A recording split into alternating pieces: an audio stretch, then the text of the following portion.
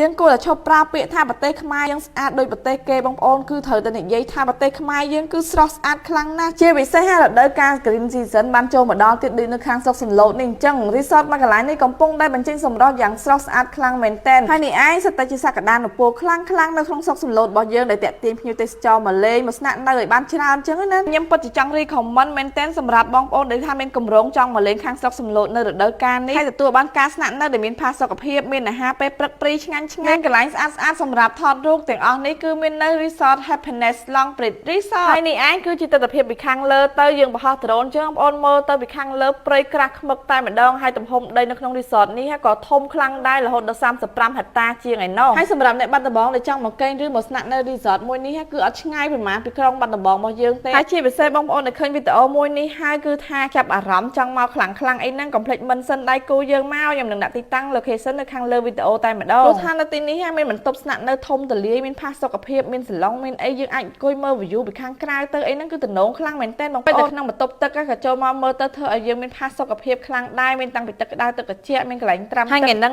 review ឲ្យបងប្អូនបានមើលអស់តែម្ដងដោយសារខ្ញុំបានទទួលការស្នាក់នៅក្នុងបន្ទប់នេះផ្ទាល់តែម្ដងដល់ពេលអញ្ចឹងថតបានទាំងអស់ហ្មងបងប្អូនដែលថាចង់មកលេងឬក៏ចង់មកកម្សាន្តស្នាក់នៅក្នុង resort នេះសម្រាប់គ្រួសារធំឬក៏ជាបែបគូស្នេហ៍ឬក៏ជាពួកម៉ាក់អីបែបមកជ្រៀលអីហ្នឹងគឺមកបានហើយដោយសារតែក្នុង resort នេះមានអីលេងថ្មីច្រើនមែនតើហ្មងដោយពួកខ្ញុំនេះអញ្ចឹងឯងបងប្អូននៅបន្ទាប់ពីញ៉ាំអាហារពេលព្រឹកឡើងគឺឆ្អែតម្នាក់ហើយនាំគ្នាចាប់ផ្ដើមចេញលេងហើយមានតាំងពីជិះម៉ូតូធំជិះកង់ជិះអីអញ្ចឹងទៅហើយថតរូបស្អាតកន្លែងគាត់ហ្នឹងរៀបចំឲ្យយើងថតតែមានស្លាបឲ្យយើងឡើងទៅហោះអីអញ្ចឹងបងប្អូននិយាយលេងទេហើយចំណែកខាងនេះវិញគឺលំហែកាហ្វេយើងអាចចូលមកញ៉ាំកាហ្វេឬក៏ drink អីជាច្រើនមុខទៀតនៅកន្លែងហ្នឹងបានហើយចូលមកដល់ក្នុងហាងកាហ្វេនេះយើងអាចអង្គុយបាន4 10នាក់បែបស្ងាត់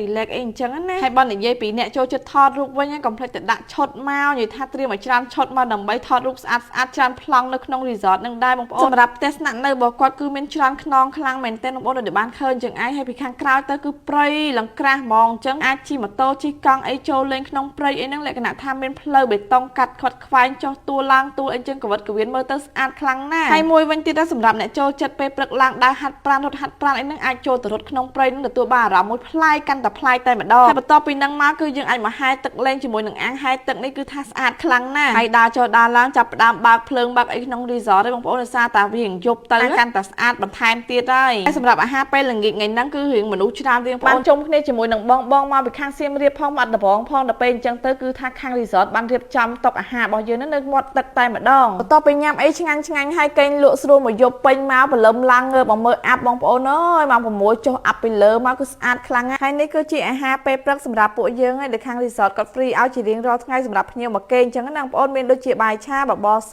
ជាមួយត្រីងៀតអីអញ្ចឹងទៅហើយពួកយើងបានញ៉ាំជុំគ្នាហើយបន្ទាប់ពីហ្នឹងមកគឺចេញទៅចំការធរ៉េនដើរលេងតាមតំបន់ក្នុងស្រុកសំឡុតនឹងជាច្រើនទៀតនេះទៅមានកន្លែងដើរលេងច្រើនណាស់ក្នុងរដូវកាលនេះហើយរដូវកាល season ពណ៌ខៀវទៀតគឺថាអែមមកតោះហ្មងហើយសម្រាប់វីដេអូខ្ញុំក៏មានតែប៉ុណ្្នឹងដែរបងប្អូនកុំភ្លេចជួយ share និងចែកម្លែកបន្តទៀតផងអរគុណជម្រាបលាបាយ